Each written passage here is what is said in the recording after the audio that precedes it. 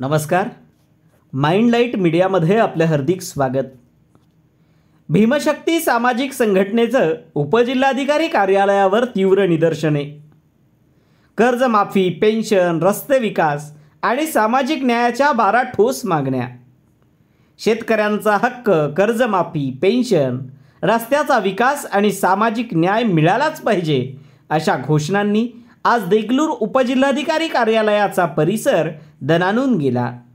भीमशक्ती सामाजिक संघटनेच्या नेतृत्वाखाली कार्यकर्त्यांनी विविध मागण्यांसाठी तीव्र निदर्शनं केली. या मोर्चाचं नेतृत्व जिल्हाध्यक्ष शत्रुघ्न वाघमारे यांनी केलं.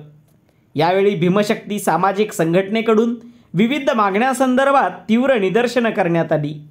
त्यात शेतकऱ्यांचं कर्ज तात्काळ माफ करणे, शेतकरी व शेतमालाला दरमहा बाजार मानधन देणे, आणेवारीवर पुनर्विचार करणे, महात्मा फुले व अण्णाभाऊ साठे विकास महामंडळाचे कर्ज माफ करून नवे कर्ज वाटप सुरू करणे, प्रत्येक तालुक्यात माती परीक्षण केंद्र स्थापन करणे, देगलूर नरसी महामार्गाचे चौपदरीकरण, देगलूर उदगीर महामार्गाची दुरुस्ती व चौपदरीकरण तसेच हानेगाव देगलूर रस्त्याचं चौपदरीकरण करण्यात यावे, तेलंगणाच्या धर्तीवर गरिबांना जागा उपलब्ध करून घरकुल योजना देणे, दलितावर अत्याचार करणाऱ्यावर कठोर कारवाई करणे आदी प्रमुख मागण्या होत्या.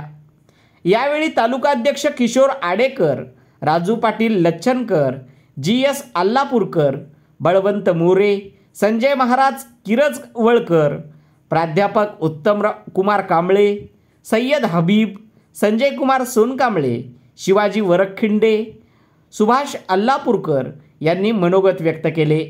या आंदोलनात शेख निसार, सय्यद मोहसिन, नितेश सूर्यवंशी, शेख जलील, प्रकाश मोरे, भीमराव भुतनरे, ॲडव्होकेट महेश देशमुख, अनिल राठोड, आकाश कांबळे, मारुती शेरे, प्रकाश मिस्त्री सोनकांबळे, यशवंत कांबळे, यादव मिस्त्री, राष्ट्रपाल वाघमारे, उमेश सूर्यवंशी, धनाजी काडे, अजय टाळीकुट्टे, जयवर्धन कांबळे, रमेश कांबळे यासह विविध कार्यकर्ते उत्साहात सहभागी झाले होते. मिलिंद वाघमारेसह मी गोविंद आंभोरे, माइंडलाइट मीडिया. सर, भीमशक्तीच्या वतीने कोणत्या मागण्या होत्या? आज तुमचं आंदोलन होतं, काय सांगाल? भीमशक्ती सामाजिक संघटना देगलूरच्या वतीने उपजिल्हाधिकारी कार्यालय देगलूर येथे विविध मागण्यांसाठी आज निदर्शने करण्यात आली. निदर्शने शेतकऱ्यांच्या कर्जमाफीच्या संदर्भात होती. आणेवारी सरसकट जी लागू करण्यात येत आहे ती आणेवारीची पद्धत चुकीची आहे. त्यामुळं देगलूर तालुक्यात प्रत्येक खेडेगावची आणेवारी वेगळी काढण्यात यावी आणि देगलूर ते हानेगाव रस्ता चौपदरीकरण करण्यात यावा. बुलढाणा जिल्ह्यामध्ये खामगाव येथे ज्या दलित तरुणांना बेदम मारण्यात आलं तर मारहाण त्याच्या निषेधार्थ हा निदर्शने होता.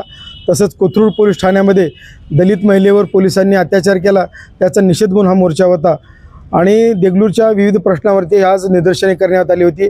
या निदर्शनामध्ये आज आदरणीय उपजिल्हाधिकारी साहेबांशी आमची सकारात्मक चर्चा झाली.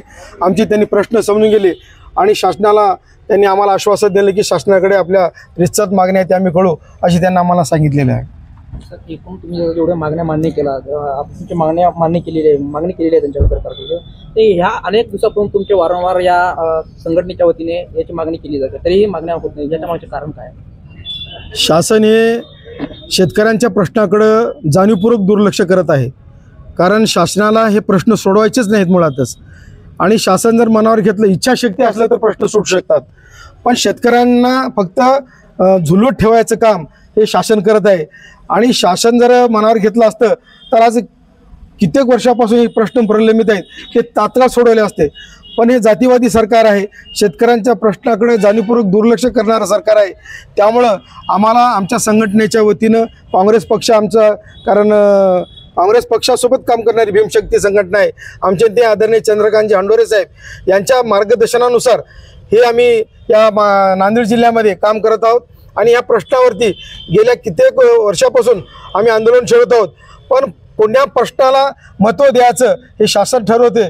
त्यामुळं जातीवादी विचाराचं सरकार असल्यामुळं भीमशक्ती आणि काँग्रेस जर घेऊन हे प्रश्न येत असतील तर हे प्रश्न त्यांना सोडवायचे नसतात. त्यामुळे या प्रश्नाला ते बगल देण्याचं काम शासन करत आहे.